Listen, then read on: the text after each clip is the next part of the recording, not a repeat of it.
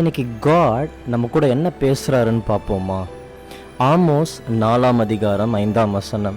புளித்த மாவுள்ள ஸ்தோத்திர பலியோடு தூபம் காட்டி உற்சாக பலியை கூறி தெரியப்படுத்துங்க. இஸ்ரவேலின் புத்திரரே, இப்படி செய்வதே உங்களுக்கு பிரியம் என்று கர்த்தராகிய ஆண்டவர் சொல்லுகிறார்.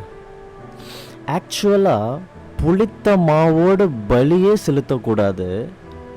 அதாவது காட்க்கு நம்ம காணிக்கை கொண்டு வரோம் அப்படின்னா அது ஆடாக இருக்கட்டும் மாடாக இருக்கட்டும், அதாவது அந்த காலத்தில் எந்த தீட்டும் அதில் இருக்கக்கூடாது. கண்ணு நொல்லையானது ஒல்லியானது அப்படிலாம் நல்லா புஷ்டியாக இருக்கணும், முதல் தரமானதாக இருக்கணும். அதே மாதிரி தான் அப்பத்திலும் புளிப்பே இல்லாத மாவில் செஞ்ச ஃப்ரெஷ்ஷான அப்பம் தான் காட்கிட்ட கொண்டு வரணும். அதாவது இந்த காலத்தில் கூட அறக்குற மனசோட என்னதான் நிறைய பணம் காடுக்கு முன்னாடி நம்ம கொண்டு வந்தாலும் கூட கடமைக்காக கொடுக்கறது, மற்றவங்க என்னை ஸ்பிரிச்சுவலே இல்லை அப்படின்னு சொல்லிடக்கூடாதுன்னு கொடுக்கறது, நான் எவ்வளோ கொடுக்குறேன்னு மற்றவங்களுக்கு தெரியணும், நான் எவ்வளோ ரெவரண்ட்டாக இருக்கிறேன், நான் எவ்வளோ பயபக்தியாக இருக்கிறேன்னு காட்டுறதுக்கு, இதெல்லாம் தேர்ட் கிளாஸான ஹார்ட் குவாலிட்டி. காட் எதிர்பார்க்குறது மற்றவங்களுக்கு தெரியவே கூடாது. நான் காட் அதிகமாக நேசிக்கிறேன், அவர் எனக்கு கொடுத்தார், நான் காடுக்கு கொடுக்குறேன், இதன் மூலயமா காட் நிறைய பேர் ஆசீர்வதிக்கட்டும்னு சொல்லிட்டு முழு இதயமாக கொடுக்கறது தான் முதல் தரம். ஓகேவா? ஆனால் காட் இங்கே என்ன சொல்கிறாரு வசனத்தில்? புளித்த மாவுள்ள ஸ்தோத்திர பலியோட தூபம் காட்டி உற்சாகமாக அதை செய்யுங்க.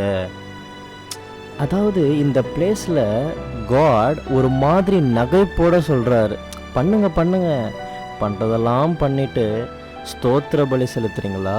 செலுத்துங்க செலுத்துங்க. பண்ணுறதெல்லாம் பண்ணிவிட்டு கண்ணை மூடிட்டு வர்ஷிப் பண்ணிவிட்டு குட் ஃபீலை அனுபவிச்சுட்டு போகிறீங்களா?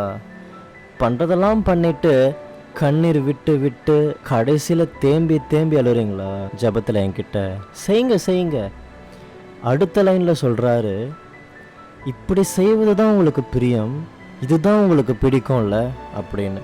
நான் நீங்கள் எப்போவுமே என்கிட்ட வரப்போலாம் நான் உங்களை ஏற்றுக்கிறேன், கம்ஃபர்ட் பண்ணுறேன், என் பிரசனத்தை கொடுக்குறேன்னு சொல்லிட்டு காட் ஒன்றும் அவ்வளோ ஸ்ட்ரிக்ட்லாம் இல்லை, அவ்வளோ ஹோலிலாம் இல்லை, அவ்வளோ ஒன்றும் ஹோலினஸ் எல்லாம் பொருட்படுத்த மாட்டார். பாவம் செஞ்சுட்டே இருந்தாலும் பரவாயில்ல அப்படின்னு எனக்கு படியாமல் வந்து ஆராதனை செய்வது தானே உங்களுக்கு பிரியம். ஆமாங்க, நிறைய பேர் வீட்டில் கூட நான் பார்த்துருக்குறேன்.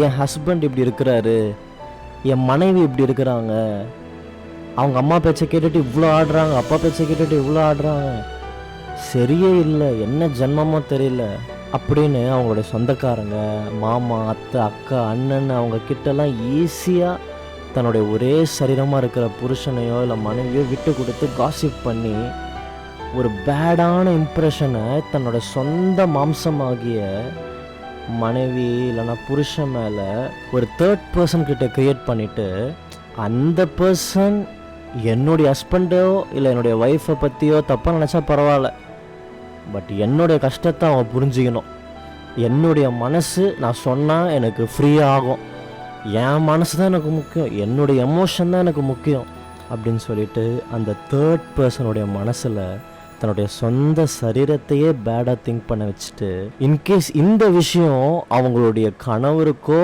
இல்லைனா மனைவிகளுடைய காதுக்கு போயிட்டு அவங்க இன்னும் அதிகமாக குடும்பத்தை வெறுத்துட்டு இன்னும் அதிகமாக பகைமையை உண்டாக்கிட்டு இன்னும் அதிகமாக அன்பே காட்டாத மாதிரி செஞ்சுட்டு கடைசியில் ஏசப்பா கிட்ட வந்து அழுது அழுது என்னை புரிஞ்சிக்க யாருமே இல்லை, என்னை நேசிக்க யாருமே இல்லை, ஒழுங்கான கணவர் இல்லை, எனக்கு ஒழுங்கான மனைவி இல்லைன்னு ப்ரேயர் பண்ணிவிட்டு, அது மட்டும் இல்லாமல் சரி சர்ச்சுக்கு போனால் நிம்மதி இருக்கும் அப்படின்னு அங்கே போயிட்டு நான் எல்லா கவலையும் மறக்க போகிறேன் அப்படின்ட்டு தன்னுடைய சொந்த மாம்சத்தையே இன்னொருத்தர்கிட்ட விட்டு கொடுத்துட்டு கெட்ட பேரை உற்பத்தி பண்ண வச்சுட்டு, அந்த தேர்ட் பர்சன் உங்கள் சொந்த மனைவியையோ இல்லை உங்கள் சொந்த கணவரையோ பார்க்குறப்பெல்லாம் இலக்காரமாக பார்க்க வச்சுட்டு கடவுள் கொடுத்த அன்பை பொறுத்துக்கிட்டு நீதியினால் சரி செய்யாமல் இவ்வளோ பெரிய அன்பெல்லாம் முறிச்சிட்டு தேவனுடைய சமூகத்தில் வந்துட்டு நான் எல்லா கவலையும் மறக்கிறேன்னு சொல்லிட்டு ஆராதனை பண்ணிட்டு புளித்த மாவோட கொஞ்சம் கூட உடைக்கப்பட்ட இதயம் இல்லாமல், தாழ்மை இல்லாமல், கில்ட்டி கான்ஷியன்ஸ் இல்லாமல், நான் சோகமாக ஃபீல் பண்ணுற நேரத்துலலாம் என் காட் என்னை தேற்றுவார் அப்படின்னு சொல்லிட்டு அவரையும் உங்கள் கூட கூட்டணியில் சேர்த்துட்டு இருப்பாங்க. ஆண்டவர் சொல்லியிருக்காரு, நான் நறுகுண்ட பணிந்த ஆவி உள்ளவர்கள் மத்தியில் வாசம் செய்வேன் இருக்கிறேன் அப்படின்னு சொல்லிட்டு. பட் எல்லாரும் என்ன நினைக்கிறாங்கன்னா நான் சோகமாக இருக்கிறப்போ அவர் பக்கத்தில் இருந்து என்னை தேற்றுவார் அப்படின்னு. இல்லை, சோகமாக இருக்கீங்கன்னா இந்த உலகத்தின் மேலே, மாம்சத்தின் மேலே, பாவத்தின் மேலே தான் உங்கள் மனசு எல்லாம் இருக்குன்னு அர்த்தம். அவரை பார்த்த முகங்கள் பிரகாசம் அடைந்தார்கள்னு வேதம் சொல்லுது. நொறுங்குண்ட பணிந்த ஆவினா, ஆமாங்க என் மேலே தான் தப்பு அப்படின்னு சொல்கிறதோ, இல்லை பயந்து பயந்து மனுஷனுடைய அப்ரூவலுக்கு அடிமையாக இருந்துட்டு தாழ்த்தப்பட்ட நிலைமையில் வாழ்வதோலாம் இல்லை. ஆண்டவர் என்னுடைய பார்ட்னர், என்னுடைய ஒரே பாடி அப்படின்னு சொல்லிட்டாரு. நான் எப்படி என்னையும் இன்னொருத்தர்கிட்ட தப்பாக நினைக்க விடுவேன்? நான் ஏன் என்னுடைய வீக்னஸையே இன்னொருத்தர்கிட்ட சொல்லிக்கிட்டு என்ன இலக்காரமாக பார்க்க அலோவ் பண்ணுவேன்? கணவன் சரியில்லைன்னா என்னுடைய நல்ல நடக்கை மூலியமாக புருஷனை திருப்பிக் கொள்வேன்னு ஆண்டவர் சொல்லியிருக்கிறாரு அப்படின்னு தேவனுடைய வார்த்தையை பிடிச்சிட்டு தன்னுடைய எமோஷன்ஸு, மாம்சம் எல்லாத்தையுமே அடக்கி பணிந்த ஆவியில் தேவனுக்கு முன்பாக வருவது தான் தாழ்மை. சரி, இதெல்லாம் அட்லீஸ்ட் சர்ச்சுக்கு போனால் தேவன் பேசுவார், அந்தரங்கத்தில் இருக்கிறத தேவன் சுட்டி காட்டி சரி செய்து மனம் திரும்ப வச்சு சமாதானத்தை கொடுப்பார் நினச்சா, அங்கே இருக்கிற தேவ மனிதன் அந்த நேரம்னு பார்த்து சரியாக காட் கூட டைம் ஸ்பெண்ட் பண்ணாமல், தேவனுடைய அபிஷேகத்தை கேரி பண்ணாமல், தேவன் அவருக்கு கொடுக்குற எல்லா லாயல்ட்டி டெஸ்ட்டு, ஃபெய்த்ஃபுல்னஸ் டெஸ்ட்டு எல்லாத்துலேயுமே ஃபெயில் ஆகிட்டு ஈஸியாக மனுஷனுடைய வார்த்தையின்படி நடந்துட்டு மனுஷனை பிரியப்படுத்தணும், மனுஷனை என்ஜாய் பண்ண வைக்கணும், அப்போ தான் நெக்ஸ்ட் டைம் சர்ச்சுக்கு வருவாங்கன்னு சொல்லிட்டு, மகளே தேவன் உன் கண்ணீரை துடைக்கிறார், தேவன் உன் சத்துருக்களுக்கு முன்பாக உன்னை வெட்கப்பட விட மாட்டார்னு சொல்லிட்டு இன்னும் அங்கே இருக்கிற விசுவாசிகளுடைய இதயத்தில் அவங்க எனிமீஸ் மேலே இன்னும் அதிகமான கசப்பை உற்பத்தி பண்ணிவிட்டு எனிமையாக பார்க்க வச்சுட்டு, ஆண்டவரே சொல்லியிருக்கிற உங்க சத்துருக்களை நேசிங்கன்னதுக்கு அப்படி ஆப்போசிட்டாக நடக்க வச்சுட்டு, கடைசியில் சபை முழக்க பாவத்தில் புரண்டுட்டு அசுத்தில் இருந்துட்டு பரிசுத்தம் இல்லாமல் கடைசியில் அவரை ப்ரைஸ் பண்ணிவிட்டு காடை வர்ஷிப் பண்ணிவிட்டு லாஸ்ட்டில் காட் சொல்கிறாரு, பண்ணுங்க புளித்தமாவோடு கூட ஆராதனை பண்ணுங்க அப்படின்னு. ஒரு ஆத்மா விடாமல் எல்லாரையுமே ஆண்டவர்கிட்ட இருந்து பிரிச்சுட்டு ஏசப்பா இந்த உலகத்தில் இருக்கிறப்போ ஜெபம் செய்தது என்ன தெரியுமா? பிதாவே, உம்மில் நான் என்னில் நீர் எப்படி அன்பு கூறுகிறோமோ அதே போல் இவர்களும் நம்மில் அன்பு கூறட்டும், நீர் எனக்கு கொடுத்த மகிமையை நான் இவங்களுக்கு கொடுக்குறேன் அப்படின்னு தன்னுடைய சீஷர்களை குறித்து அவர் ப்ரேயர் பண்ணுறாரு.